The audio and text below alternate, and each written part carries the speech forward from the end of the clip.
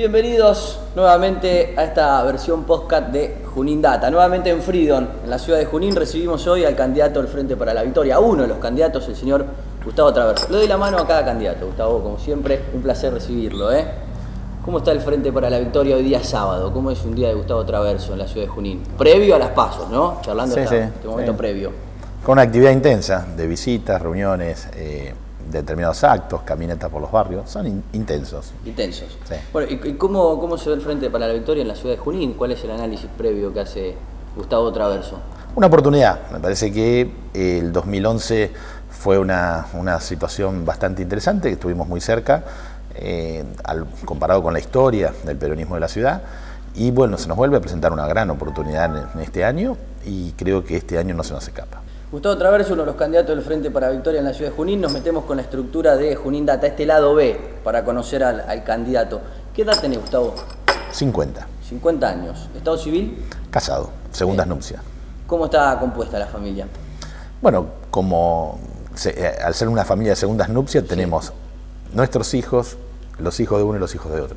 Había una película que se llamaba, no me acuerdo, pero era esas características, los míos, los tuyos y los nuestros. Exacto. Tengo un hijo de mi primer matrimonio, se llama Camilo, tiene 26 años, y una hija de este actual matrimonio que se llama Juana, que tiene 11 años, y en el medio está Pablo, que es hijo de mi esposa actual, de Sonia, que es de su primer matrimonio. Sí. Bien. ¿Y cómo está vista la política dentro del ámbito familiar? Nombraste un hijo, tiene 26 años, ¿le interesa la política? Camilo milita y Juana es una fervorosa militante kirchnerista. ¿Ah, sí? Camilo es un militante de izquierda. Se desarrolla su actividad en la ciudad de La Plata y milita en la izquierda guevarista. Juana es una fervorosa militante kirchnerista y Pablo es un poco menos participativo en materia de política, está más en sus temas personales. O sea que hay un debate siempre intenso con el hijo. Totalmente. Cuando vienen, por ejemplo, a la ciudad de La Plata, pelea, ¿no? a muerte. Pelea directamente, Sí. pelea directamente. Bueno, ¿en qué barrio naciste, Gustavo? Yo nací en el centro de la ciudad. Mi vida hasta los 18 años se desarrolló en el barrio centro, Quintana, a media cuadra de la comisaría primera. Bien, ¿a qué jardín fuiste? Fui en ese momento en el jardín número 1, ahora no me acuerdo cómo se llama, pero hoy en día ese establecimiento está en Álvarez Rodríguez y Intendente Borchay. Bien, ¿y de ahí a la primaria en qué colegio? La primaria hice hasta quinto grado en la escuela número 24 y de quinto a séptimo en la escuela número 2 General San Martín. Bien, ¿cómo fue ese momento? Ahora nos metemos con el secundario, pero ¿cómo fue esa infancia? ¿Cuáles son los recuerdos que se te vienen a la mente? Una hermosa infancia, la verdad que tengo un recuerdo extraordinario, vinculado a la familia, al deporte, al barrio, pero fundamentalmente una infancia linda, lo recuerdo con alegría, una muy buena infancia. ¿Y el paso a la secundaria después? El paso a secundaria ya es otra etapa, Sí. Donde las responsabilidades son diferentes. Voy a la escuela comercial. Mi madre me quería mandar al Marianista. Sí. Y yo me enojé mucho y tensamos ahí la soga y terminé ganando. ¿Por alguna especialidad que querías seguir estudiando vos en la escuela comercial o simplemente que mis amigos se van allá, yo me quiero ir para allá, vieja? Sí, estaba cerca de casa, mis amigos iban al comercial, mi hermano mayor iba al comercial y no quería ir al Marianista, quería ir al comercial y fui al comercial. Bien. ¿El club de la infancia? ¿Recorrías algún club? Sí, en básquet ciclista y los indios, y en fútbol el Club Independiente.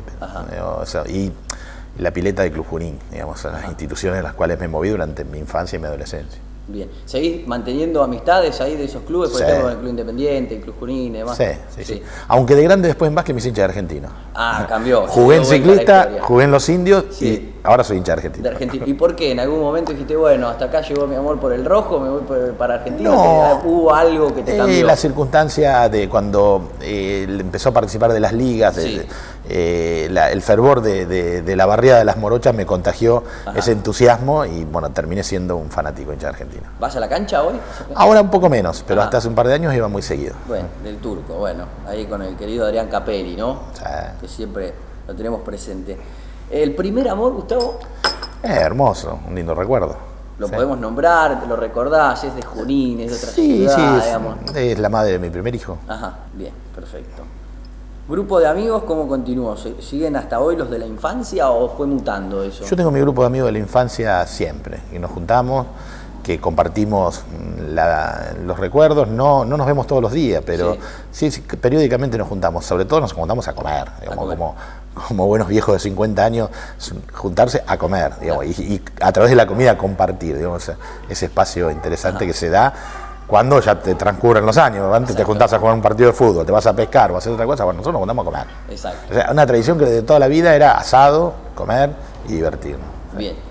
Bueno, nombrabas al grupo de amigos, te tengo que preguntar, ¿se habla de política en esos asados? Y hay candidatos del Frente para la Victoria y todos apoyan el Frente para la Victoria, o hay también esas Los amigos me votan. Los amigos me votan. Por ahí puede pasar, no, mira, yo con el Frente para la Victoria. Los amigos me votan. Después no sé arriba qué hacen. Algunos votarán al candidato del Frente para la Victoria y algunos votarán a otro, pero mis amigos me votan. Los amigos votan. Bueno, música, Gustavo, ¿sos de escuchar? Soy de escuchar música, no soy un apasionado de la música, pero soy de escuchar música. ¿Qué música, por ejemplo? Juan Manuel Serrat. Sabina. Ajá. Abel Pinto, hoy en día Abel Pinto me parece un artista importante. Pero bueno, Mercedes Sosa, Gieco, digo, toda esa línea de música es la que más me convocó siempre. Bien. ¿Libros? ¿El primer libro que recuerdes? No, libros muchos. ¿Hay alguno que te haya marcado para siempre? O decir, bueno, lo tengo siempre acá. La formación de la conciencia nacional de Hernández Arregui. Ese lo seguís aplicando a la teoría de hoy, digamos, te vienen algunos puntos ahí. Totalmente, exacto. Tiene una actualización constante, parece que como que todos los días se reeditara y es el mismo libro. Ajá. Bien. Vamos a los medios de comunicación. ¿Mirás televisión? Sí. ¿Algún canal en especial? La televisión pública. La TV pública. ¿Y qué mirás de la TV pública? Fundamentalmente programas políticos e informativos. Informativos. Sí. ¿Y los medios locales? ¿La televisión de medios locales? Muy poco, prácticamente nada. ¿La radio? ¿Cómo te llevas con ella? ¿Sos de escuchar también? La radio pública. La radio pública, Radio Nacional. Está todo seteado ahí en Radio Nacional o Víctor Hugo Morales, Radio Continental. Víctor Hugo a la mañana, en la primera mañana. Bueno, ¿el primer viaje que recuerdes, Gustavo? Sí, al sur, con mis amigos. Con los amigos. Con los amigos, en un rastrojero. Ajá. Qué interesante, porque todos los candidatos también que han pasado recuerdan siempre su primer viaje con los amigos, ¿no? La importancia de del grupo de amigos es fundamental. ¿A qué edad lo hiciste ese viaje? 16, 17 años. ¿Cuánto duró? Un mes. Una eternidad, vas a decir, ¿no? Un mes en un rastrojero. Era un rastrojero, 9 personas. ¿Con caja el rastrojero? Me imagino, porque si no con caja, se mueren de frío. Con caja, sí, con ¿Y caja. para dónde fueron? ¿Para el sur estuvieron? Para el sur, llegamos hasta Madrid, por la costa, ¿no? Sí. Madrid, las grutas, todos esos balnearios que en ese momento, estamos hablando de los 80, eran muy desconocidos. Ahora son muy conocidos, pero en ese momento eran muy desconocidos. Era un descubrir playas vírgenes e inhóspitas. Bien. Bueno, antes de pasar a las redes sociales y demás, te quería preguntar, vos hablabas de la infancia, ¿cómo era la infancia de Gustavo Traverso con respecto a la política? ¿Has sido una persona que se interesó también desde chica en los pensamientos políticos o no? Tal vez Tengo un recuerdo muy intenso de Perón, de su fallecimiento. Un fuerte recuerdo, me acuerdo de una señora en ese momento que trabajaba en casa, bueno, se desparramó en un llanto muy doloroso. Y como en mi casa no eran peronistas, me llamó mucho la atención la cantidad de amor que había en ese llanto, de angustia por la muerte de Perón. Entonces me empecé a interiorizar, ahí ese es un recuerdo muy fuerte que me quedó de mi primer mirada desde la política, porque después yo en ese momento, 74, tenía 9 años. Y después sí, un recuerdo muy fuerte de la dictadura, porque la dictadura transcurre, en el 76 yo tenía 11 años y sobre todo yo vivía a media cuadra de la comisaría. Esa ciudad o ese barrio estaba sitiado prácticamente, no se podía circular, había mucha tensión, ¿no? Esa es la imagen que tengo, y Malvinas, digo, como el desenlace. Yo termino mi 5º año en el año 82 y el hecho Malvinas... En pleno conflicto bélico ahí. Y tenés recuerdos presentes también, como decía, en la época de la dictadura aquí en la ciudad de Junín, ¿lo vivías también con ese miedo? Sí, había mucho miedo de circular por la zona de la comisaría, porque bueno, estaba siempre la idea de que podía pasar algo, de que podía haber un atentado, de que bueno, no había confianza en la policía tampoco. No teníamos nosotros los vecinos esa confianza en el policía, no sabíamos qué estaba pasando tampoco, ¿no? Claro. No era que teníamos mucha información. Vengo de una familia que no son militantes, por lo tanto vivían en la misma desinformación que el conjunto de la sociedad, pero sí con miedo, ese miedo a que podía pasar algo. Seguimos entrevistando a Gustavo Traverso, candidato del Frente para la Victoria aquí en la ciudad de Junín, en este Junín Data, en este laboratorio de comunicación que hemos decidido llamar. Nos vamos ahora al candidato y las redes sociales, que un poco también apunta la entrevista, ¿no? Lo que fue la iniciación de esta charla, ¿cómo te llevas con las redes sociales primero, Gustavo? ¿Te llevas bien? Me llevo muy bien con Facebook. ¿Con Facebook? Me llevo muy bien con Facebook. Ajá. Tengo una cuenta de Twitter que me ayudan los amigos, porque en la medida que yo voy, yo soy una persona que ando y circulo, y el equipo me suplanta en materia de Twitter, Instagram, y bueno, y algo estamos haciendo en YouTube. Ajá. Van cubriendo Facebook, las redes sociales. en Facebook ya tengo más experiencia, trato de contestar, pero ya también ahora es tanta la interacción que tenemos con el Facebook que también pedimos colaboración. Claro. Bueno, hablaste de esta interacción. ¿Sirve para vos responder, contestar, charlar con el vecino mediante una red social, o lo ves como algo totalmente frío que decís, bueno? No, al contrario, es...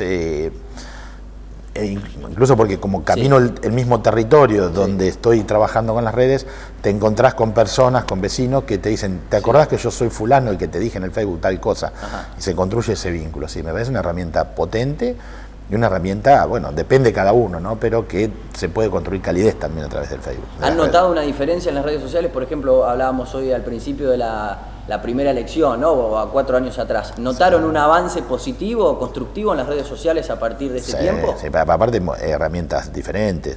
Hoy tenemos los teléfonos inteligentes, tenemos un montón de herramientas que te permiten interactuar más y estar más en línea, digamos, con el territorio digital. Esto me parece que se ha evolucionado estos 4 años favorablemente. ¿Y a nivel nacional también sos de interactuar o a nivel provincial? No solamente hablaste de lo local, recién con un vecino que te puede mandar un mensaje directo, por ejemplo, pero a nivel nacional. ¿Sos también de interactuar, de tratar de meterte no en peleas, pero sí en una discusión constructiva, por ejemplo, a partir de un tuit? No. Sí tratamos que los tuits lleguen a nuestros compañeros de militancia, como los ministros o la presidenta o algún compañero particular que sea en esa coyuntura de ese tema, pero no somos de entrar en ese debate que se puede realizar a través de Twitter, por ejemplo, o en un comentario en redes a través de Facebook. Tratamos de utilizarlo simplemente como una herramienta de comunicación. ¿También puede jugar en contra esto muchas veces a algún momento previo a las elecciones? No. ¿Para vos no? No, creo que no. Bien. Gustavo Traverso, uno de los candidatos del Frente para la Victoria. Pasamos a 3 soluciones a 3 problemas que hemos decidido llamar a este espacio Junín Data, donde se le hacen las mismas preguntas a los candidatos en temas que hemos venido charlando y que pueden ser inseguridad, tránsito y desigualdad, como la pirámide más alta del vecino, en la charla común. ¿Son esos problemas lo que te manifiestan cuando vos vas charlando en la calle, Gustavo? Yo agregaría uno, el tema de vivienda. Hábitat y vivienda, el tema de acceso a la tierra, esta situación nueva que se aparece en el territorio, que es la posibilidad de acceder a un crédito hipotecario, pero la dificultad de acceder a un terreno, a un lote a precios razonables, ¿no? Entonces aparece un conflicto importante. Es como que falta siempre una pata, ¿no? Muchas veces se puede llegar al terreno, pero después construir cuesta muchísimo también y muchos años, ¿no? Bueno, el Procrear creo que le ha dado un envión gigante a la ciudad de Junín. Le ha dado un envión en materia de construcción, pero también ha generado un sector de especulación con el manejo de la tierra. Ajá. Entonces, si bien aumenta la oferta, la demanda de tierra, se retrae un poco la oferta porque se especula que suba el precio. Nos metemos ahora con uno de los temas, que es inseguridad. ¿Cuál es la herramienta que tiene Gustavo Traverso para poder combatir? Obviamente el delito cero no existe, pero ¿cuáles son esas herramientas que ustedes ven como favorables a la hora de decir, con esto podemos bajar el delito? Articular un plan de seguridad eficaz. Hoy Junín tiene todos los elementos, desde recursos humanos, tecnológicos, como para poder llevar un plan de seguridad eficaz, y tiene uno de los departamentos judiciales más importantes de la provincia de Buenos Aires.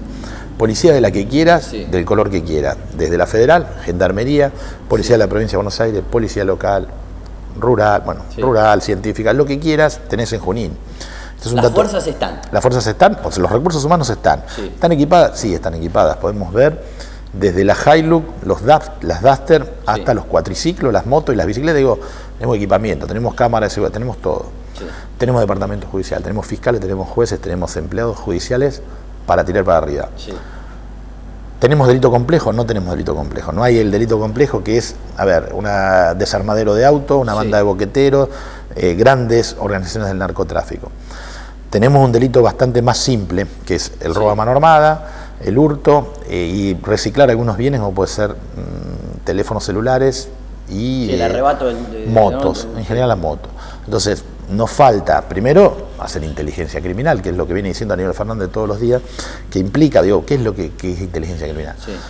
interactuar más con el vecino. El vecino sabe dónde está el delito. Entonces tenemos que tener esa información, ese vínculo entre el vecino y las autoridades que nos permita actuar antes de que las desgracias ocurran.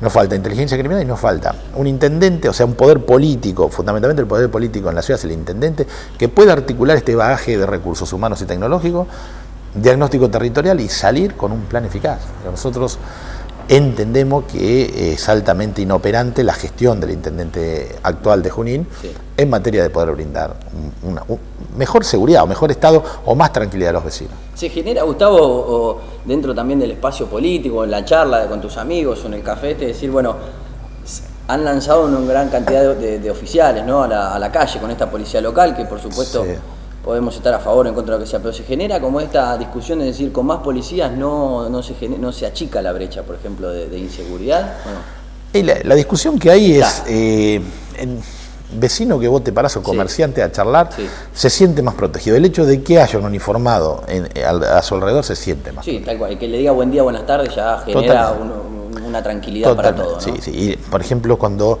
el año pasado se salió con los comandos de prevención comunitaria, esa Jailo que circula, empezó a generar mayores niveles de confianza. Igualmente, los hechos ocurren y siguen ocurriendo, por lo tanto decimos que hasta ahora es ineficaz, pero la sensación, viste que se habla mucho de la sensación de seguridad e inseguridad, la sensación es de mayor nivel de seguridad. Vamos a otro de los temas que no escapa a otras de las ciudades de la provincia de Buenos Aires, pero que tiene que ver con el tránsito, ¿no? Y aquí también tiene mucho que ver la conducta de cada uno, cómo podemos hacer para reeducarnos, me parece, nosotros mismos a la hora de subirnos a un auto o a una moto.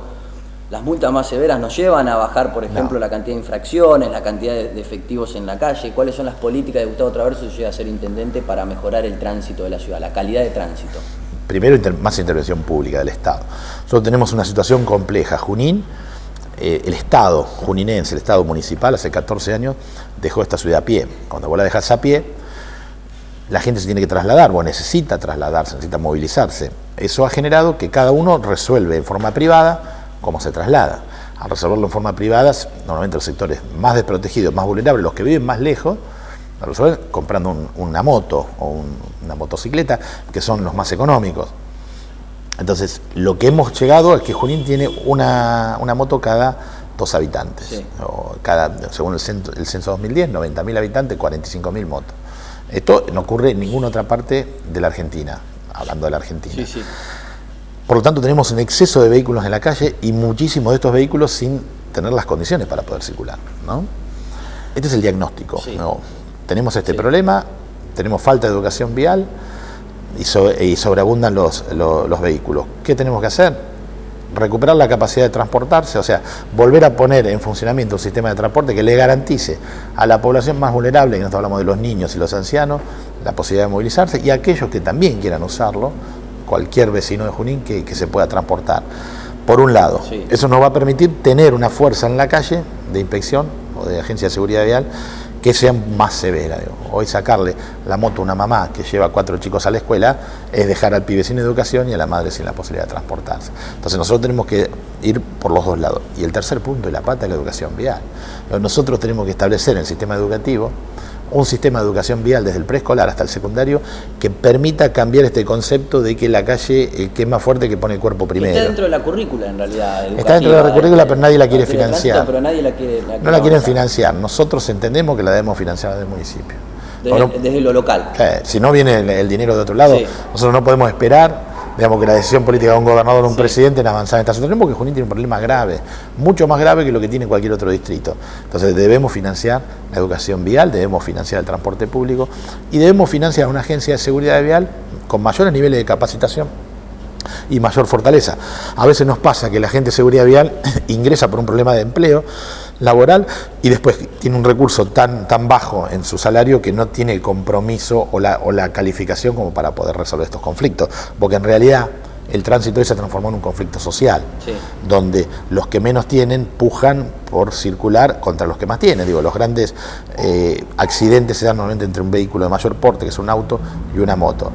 El del auto patalea porque el que viene en el vehículo de menor porte, que es el de la moto, lo choca, normalmente no tiene seguro, lastima su propiedad, que es su auto, pero el que choca, el que pone el cuerpo, el que se rompe todo, el que termina pensionado de por vida, o a veces termina en el cementerio, es la población más vulnerable. ¿No? Entonces, este conflicto social lo tiene que resolver el Estado, lo tenemos que resolver en democracia, porque si no se genera todos los días un conflicto tremendo en la calle que nos trae acarreado una situación muy compleja. Vos hablabas del tránsito, obviamente, y hablabas del transporte público, sí. y diste cómo sería tu gestión. ¿Me podés dar algún detalle más, por ejemplo, de cómo se puede llegar un colectivo hoy en la ciudad de Junín? Porque parece una utopía, ¿no?, que haya un transporte público. Esto es lo que ha construido el Ejecutivo local. Hablando, hace muchos años, siempre hablando de lo que es la financiación, sobre todo, porque no es lo mismo llevar a un pasajero, tendría que ser llevar lo mismo un pasajero que a 5.000. Me parece que ese puede ser el problema en lo económico, en cuanto al transporte. No sé si es ese o... No. Pensar que el problema de transporte es un problema económico es pensar que esto lo va a resolver el mercado. Sí. El Estado,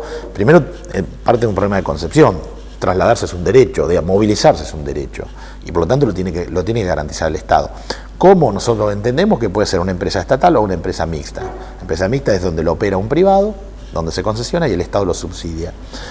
Es impensado que los vecinos podemos resolver el problema del transporte con nuestro propio pecunio, porque ahí es donde se van caros, es mucho el dinero que tenés que pagar un pasaje y por lo tanto no va a ser efectivo. Nosotros tenemos que recuperar un transporte público que sea gratis o a muy bajo costo.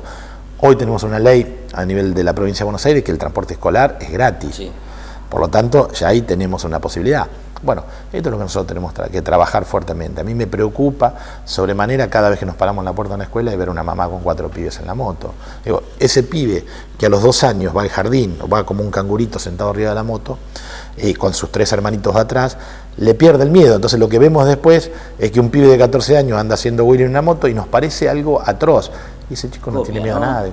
Obviamente. No tiene miedo, porque nació arriba de una moto, porque se ha caído varias veces con la mamá, se ha accidentado, entonces le perdió el miedo. Para él andar en wheelie en una moto es algo natural. Bueno, esto es una normalidad, nosotros tenemos que corregir con una política de Estado en materia sobre todo de financiar, porque pensar que el mercado va a resolver este problema es imposible. Nosotros tenemos que disponer de recursos. Y el Estado tiene que intervenir fuertemente en esta política de construir una empresa de transporte público seria, eficiente, que sea capaz de dar respuesta a la necesidad de la gente, porque si el micro pasa cada 2 horas no lo va a tomar nadie.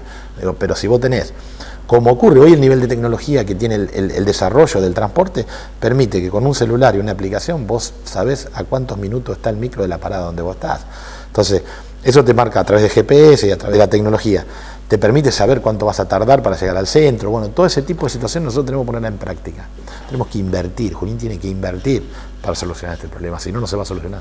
Tránsito, inseguridad, nombrábamos a la vivienda. ¿Hay una brecha de desigualdad mayor o menor en la ciudad de Junín a partir de estos factores? Es muy grande la brecha de desigualdad que se produce entre el que puede comprarse una vivienda y el que no, el que puede comprarse un lote y el que no, el que se puede trasladar en un auto cómodo y el que tiene que venir en una moto y frenar con la punta de los zapatos.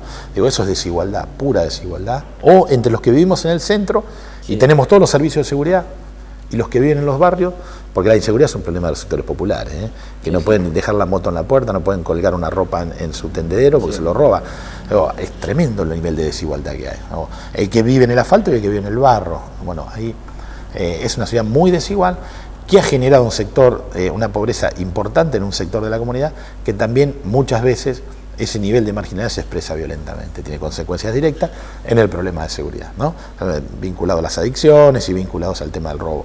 Nosotros entendemos que Junín es una ciudad muy desigual y que las causas de la desigualdad tienen que ver con la falta de presencia del Estado, poniendo equilibrio en materia de esto, de tratar de lograr una ciudad o una sociedad más justa, más equitativa, más igualitaria. En la medida que nosotros retiremos el Estado de estas políticas, lo que generamos es más desigualdad. Bien, ¿y cuál es el campo en cuanto a lo laboral, por ejemplo, para un juninense común hoy en la ciudad de Junín? ¿Están las posibilidades? El Frente para la Victoria piensa, tiene proyectos a decir, bueno, si nosotros llegamos a la intendencia, esta va a ser la cantidad de gente que va a ingresar en el mercado laboral, en blanco, en condiciones, cada tanto tiempo, por ejemplo? No se puede hablar de cifras. Nosotros lo que decimos es, Junín viene de tener 4 sectores dadores de empleos muy fuertes, de los cuales 2 se cayeron en los últimos 20 años. Cuando yo digo 4, uno es la administración pública, segundo es el comercio y los servicios, el tercero es el ferrocarril y el cuarto sector agropecuario. El agro se ha tecnificado de una manera que prácticamente prescinde de la mano de obra, el ferrocarril desapareció prácticamente como dador de empleo y nos quedan 2, el comercio y la administración pública. Digo, hoy el afán de una persona, de un juninense joven, es poder entrar al servicio penitenciario. Porque salió una oferta laboral en el servicio penitenciario y es tremenda la cantidad de jóvenes que aspiran. O poder trabajar en un comercio, o poder trabajar en algún sector de servicio, como puede ser el sector salud o el sector financiero. Esas son las aspiraciones. Bueno, o ingresando, obviamente, en la administración pública, ¿no? Nosotros tenemos que tratar de reconvertir esta matriz productiva. La industria ferroviaria es un desafío interesante. ¿Por qué? Porque tenemos los saberes, tenemos 100 hombres que trabajan en una cooperativa, que saben de industria ferroviaria, y lamentablemente ese traslado de capacidades se puede llegar a cortar si no hacemos nada en materia de aumentar la capacidad de trabajo que tenga la cooperativa ferroviaria. Nosotros lo que decimos es que el intendente municipal tiene la obligación, como jefe comunal de la ciudad, sí, de generar trabajo ferroviario, porque es un saber, es una cosa que nosotros la podemos reactivar rápidamente, sí, y esto se trata de una gestión política, conseguir vagones para que los ferroviarios sean cada vez más, en vez de ser 100, sean 200, 300, 500 mil, sí, implica una gestión política, y que Meoni no lo ha hecho en los últimos 12 años. Nosotros lo vamos a hacer. Es un nicho que nosotros queremos recuperar, sobre todo por el proyecto nacional ferroviario que la presidenta Cristina Fernández de Kirchner puso en la legislatura y que se aprobó. Bueno, ahora hay que recuperar estos talleres como elementos centrales en el programa de empleo. El segundo programa de empleo que nosotros tenemos, sí, viene de la mano del programa de urbanización. Ajá. Nosotros decimos que tenemos que dar un shock de urbanización, entonces, hablamos de 40 hectáreas, de 3.000 lotes en 4 años. Esto per se generas un plan de empleo, ¿no? Cuando vos te pones a movilizar el sector de la construcción, urbanizar es zanjear, abrir calles, generar cordón cuneta, agua, gas, cloaca, el alumbrado público y obviamente después la construcción de vivienda. La ferretería, la construcción, el que vende totalmente. cemento, Esto es un plan, es en sí un plan de empleo.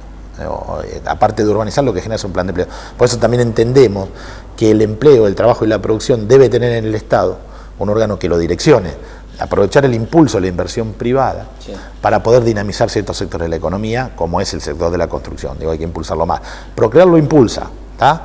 Pero si nosotros tenemos mayor oferta de lotes, de terreno, mayor oferta a menores precios, más accesibles, vamos a multiplicar mucho el sector de la construcción que nos va a permitir terminar con esa brecha de desempleo que a veces pasa, que jóvenes con saberes no tienen la posibilidad de tener trabajo. Estuvimos charlando con Gustavo Traverso, uno de los candidatos de Frente para la Victoria acá en la ciudad de Junín, en Frido Restobar, como siempre. Ya estamos casi de local, podríamos decir, Gustavo, aquí en este bar, lo podemos decir así. ¿Cómo le está pasando a usted? Bárbaro. Bien, tranquilo. Muy tranquilo. Nos vamos a ir ahora casi al cierre ya de esta entrevista de Junín Data. Vamos a preguntarte, Gustavo, un lugar en la ciudad, el que vos elijas. Un lugar en esta ciudad, el Parque Borchex. ¿Por qué? Es extraordinario, es un parque bellísimo que tiene un paisaje y un lugar para el esparcimiento, para sacarnos el estrés, donde me siento muy bien. ¿Me sentís cómodo ahí? Sí. ¿Sos de ir al parque a siempre, caminar, a correr, a hacer alguna actividad? Hacer actividad física, sí.